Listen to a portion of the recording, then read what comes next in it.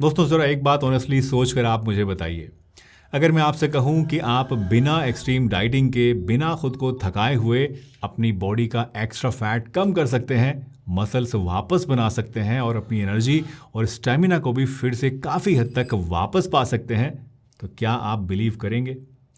मैंने पिछले 20 साल के अपने एक्सपीरियंस में हज़ारों लोगों को ये कहते हुए सुना है कि यार मैं ट्राई तो कर रहा हूँ लेकिन मेरी बॉडी रिस्पॉन्ड नहीं कर रही है।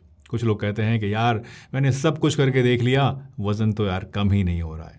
और जब मैं ऐसे लोगों की डेली रूटीन को, उनके खाने को, उनके सोने को और उनकी एक्टिविटीज़ को ध्यान से देखता हूँ तो मुझे हर बार 5 सेम मिस्टेक्स दिखाई देती हैं जो कि लोगों को उनकी रियल एज से काफ़ी पहले ही थका हुआ, मोटा और लो एनर्जी वाला बना देती हैं।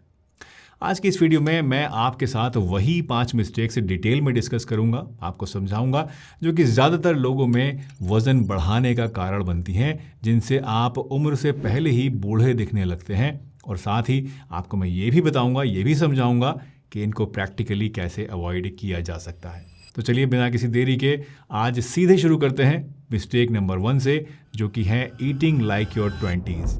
जी हाँ, पहली और सबसे कॉमन मिस्टेक है 30, 40, 50 साल की एज में भी ऐसे खाना खाना जैसे कि आप 20 साल के हैं। ये बहुत ही कॉमन और सबसे बड़ी गलती है जो कि हम में से 99% लोग आज भी कर रहे हैं। तो आखिर इस प्रॉब्लम का सॉल्यूशन क्या है? जी नहीं, सॉल्यूशन स्ट्रिक्ट डाइटिंग, बिल्कुल भूखा रहना, ये सब सॉल्यूशन नहीं है, बल्कि सॉल्यूशन है एडजस्टमेंट। जी हाँ, आपने खाने को एडजस्ट करना है, आपको बंद नहीं करना है। अपनी डाइट में पोर्शन साइज़ थोड़ा सा छोटा कर दीजिए, प्रोसेस्ड और जंक फूड्स को कम कर दीजिए और प्रोटीन को अपनी डाइट में सबसे ज़्यादा तवज्जो दीजिए। इसलिए मेरी सलाह है कि आप आज से ही ओवर ईटिंग करना तो बिल्कुल छोड़ ही दीजिए। हमेशा एक रोटी की भूख छोड़कर ही खाना खाइए और सबसे इम्पॉर्टेंट, लिक्विड कैलोरीज को बिल्कुल बंद कर दीजिए और प्रोटीन के ऊपर ध्यान दीजिए। लिक्विड कैलोरीज को क्यों बंद करना है? क्योंकि लिक्विड कैलोरीज जैसे कि मीठी चाय, कॉफ़ी, सॉफ्ट ड्रिंक्स, बियर या फ्रूट जूसेस जो होते हैं, ये बॉडी में बहुत ही तेज़ी से एब्जॉर्ब होते हैं और इसका नुकसान जो है सबसे ज़्यादा होता है। दूसरी गलती है अपनी नींद को टेकन फॉर ग्रांटेड लेना। दोस्तों, टीनेज और अपने अर्ली 20s में हम रात रात भर जगा करते थे, कभी एग्ज़ाम के लिए, कभी मस्ती के लिए, कभी पार्टीज़ के लिए।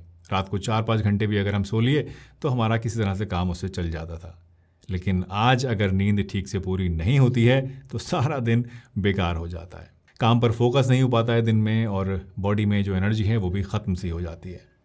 आई एम श्योर आप में से कई लोग ऐसे होंगे जो शिफ्ट में ड्यूटीज़ करते होंगे, या अगर आप में से कोई हमेशा नाइट ड्यूटी करता है तो आप अग्री करेंगे कि शुरू में तो हमें इससे ज़्यादा कुछ फ़र्क नहीं पड़ता है, लेकिन कुछ महीनों के बाद हमारी बॉडी में इससे चेंजेस आने शुरू हो जाते हैं। रिकवरी स्लो हो जाती है, मूड इरिटेबिलिटी बढ़ जाती है और एनर्जी भी बॉडी में कम लगने लगती है। और तब हमें ये समझ में आता है कि नींद लग्जरी नहीं है भाई, नींद अच्छी सेहत की फाउंडेशन है। रिसर्च बताती है कि अगर आप सिर्फ 1 हफ्ते भी ठीक से ना सोएं तो उससे बॉडी में फैट एक्यूमुलेशन 2 गुना तेज़ी से बढ़ने लगता है। इसलिए चाहे आप अच्छी डाइट फॉलो कर रहे हो या एक्सरसाइज कर रहे हो, आप नींद को कभी भी टेकन फॉर ग्रांटेड मत लीजिएगा। अच्छी नींद के लिए कुछ बेसिक सी चीज़ों को फॉलो कीजिए। सोते टाइम बेडरूम में एकदम अंधेरा करके सोइए, इससे मेलाटोनिन जल्दी सिक्रीट होता है और आप ज़्यादा अच्छे डीप स्लीप साइकिल में चले जाते हैं। इसके अलावा कमरे को थोड़ा ठंडा रखिए और सोने से कम 1 घंटा पहले स्क्रीन को, चाहे वो टीवी हो या मोबाइल हो, बिल्कुल बंद कर दीजिए। इसके अलावा एक और सिंपल सी हैबिट जो मैं रिकमेंड करता हूँ वो ये कि आप बेड टाइम अलार्म लगाना शुरू कर दीजिए। जी हाँ, हम अपने उठने का अलार्म तो लगाते हैं लेकिन सोने का अलार्म कोई नहीं लगाता है। तो बस अभी से अपने फ़ोन के अंदर एक रिमाइंडर लगाइए, अलार्म लगाइए और जैसे ही अलार्म बजे लाइट्स बंद करके सोने की तैयारी करना शुरू कर दीजिए। जब आप कुछ दिन इस तरह से कंसिस्टेंसी से अपने रूटीन फॉलो करेंगे तो धीरे धीरे फिर आपको इस अलार्म की ज़रूरत नहीं पड़ेगी। बॉडी खुद ब खुद इस टाइम पर सोने के लिए तैयार होने लगेगी, आपको नींद आनी शुरू हो जाएगी। तीसरी मिस्टेक है स्ट्रेंथ ट्रेनिंग नहीं करना। Strength training, are you kidding? अरे यार, इस बुढ़ापे की उम्र में कोई जिम जाने की उम्र है? वो तो बच्चे, जवान लोग जाते हैं, बॉडी बनाते हैं, मॉडलिंग करते हैं। दोस्तों, ऐसा बिल्कुल भी नहीं है। आई नो आप में से ज़्यादातर लोग यही सोचते हैं कि हमारे लिए जिम जाना ठीक नहीं है, हमारे लिए वॉकिंग ही काफ़ी है। आप सोचते हैं कि इस उम्र में आप सिर्फ वॉक करेंगे, सिर्फ कार्डियो करेंगे तो उससे आपका काम चल जाएगा।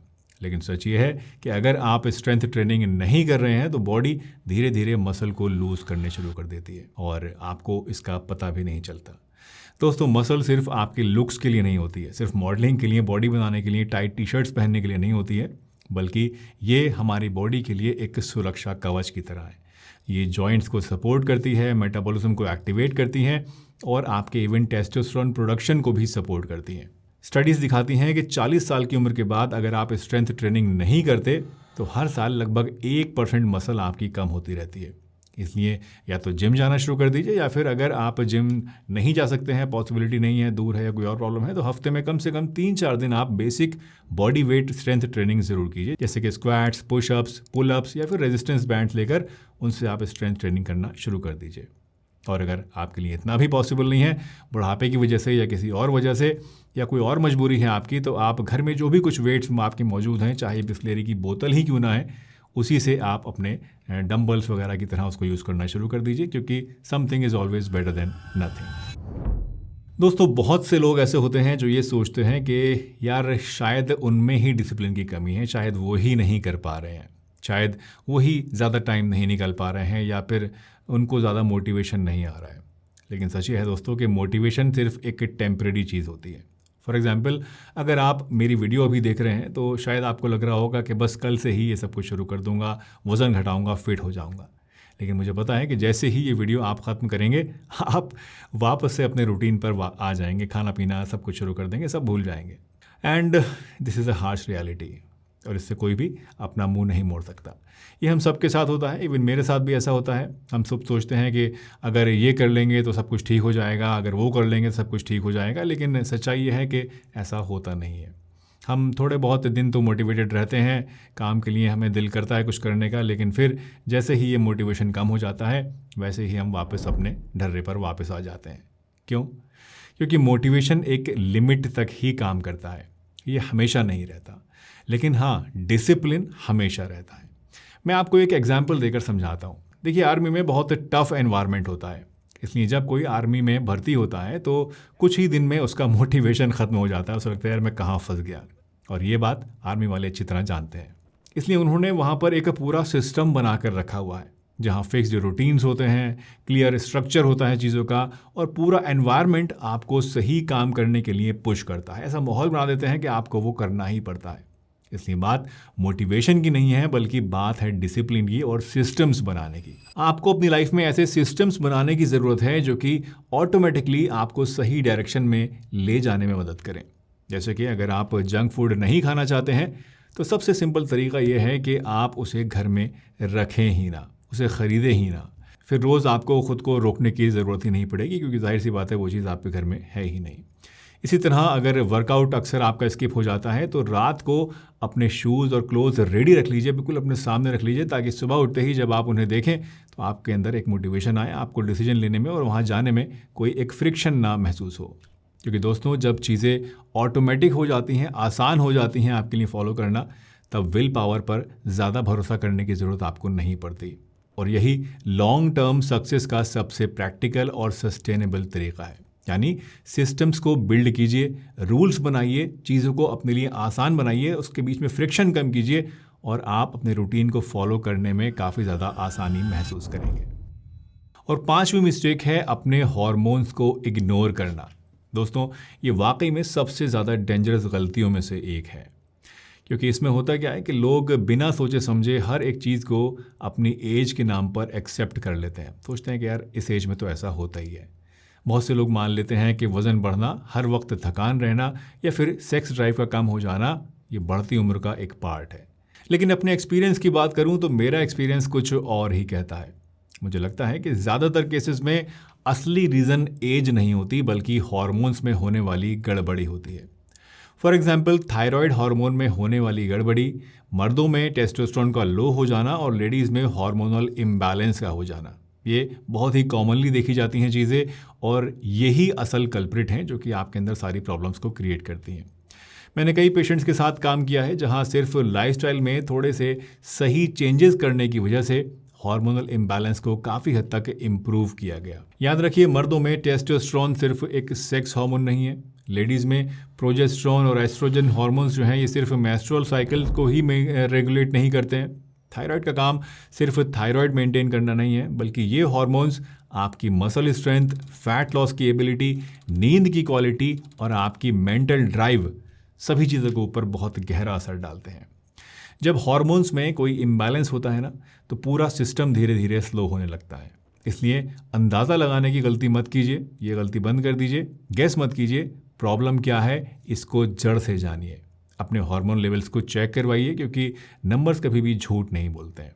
और अगर खुदा ना खास्ता आपके हार्मोन्स में कोई कमी पेशी आती है, कुछ गड़बड़ आपको लगती है, डॉक्टर कुछ बताते हैं, तो फिक्र मत कीजिए, क्योंकि ज़्यादातर केसेस में इनको नेचुरली इम्प्रूव करना पॉसिबल होता है। सही नींद, रेगुलर स्ट्रेंथ ट्रेनिंग, साफ और बैलेंस्ड खाना और स्ट्रेस को कंट्रोल करना, ये 4 चीज़ें मिलकर आपके हार्मोन्स को फिर से सपोर्ट कर सकती हैं और बॉडी को वापस ट्रैक पर ला सकती हैं। एंड इन सीवियर केसेस आप मेडिकल ट्रीटमेंट का सहारा भी ले सकते हैं। दोस्तों, अगर आप अपनी बॉडी को फिर से स्ट्रॉन्ग, एनर्जेटिक और रिस्पॉन्सिव बनाना चाहते हैं तो इन 5 मिस्टेक्स को ध्यान में रखिएगा, क्योंकि अगर ये गलतियाँ आपसे हो रही हैं तो चाहे आप कुछ भी कर लें, जो भी कर लें, आपको रिजल्ट से नहीं मिलेंगे या फिर उतने नहीं मिलेंगे जितने मिलने चाहिए। वैसे अगर आपको अपनी किसी भी हेल्थ प्रॉब्लम के लिए कोई पर्सनल गाइडेंस चाहिए तो आप हमारी हेल्थ असेसमेंट सर्विस का यूज़ कर सकते हैं, लिंक डिस्क्रिप्शन में दिया हुआ है। और हाँ, कमेंट करके मुझे ज़रूर बताइए कि आपको इनमें से कौन सी बात सबसे ज़्यादा रिलेट हुई, कौन सी ज़्यादा आपके दिल को लगी, और आप में से कितने लोग 40 साल के बाद भी फिट रहना चाहते हैं, ये भी ज़रूर लिखिएगा।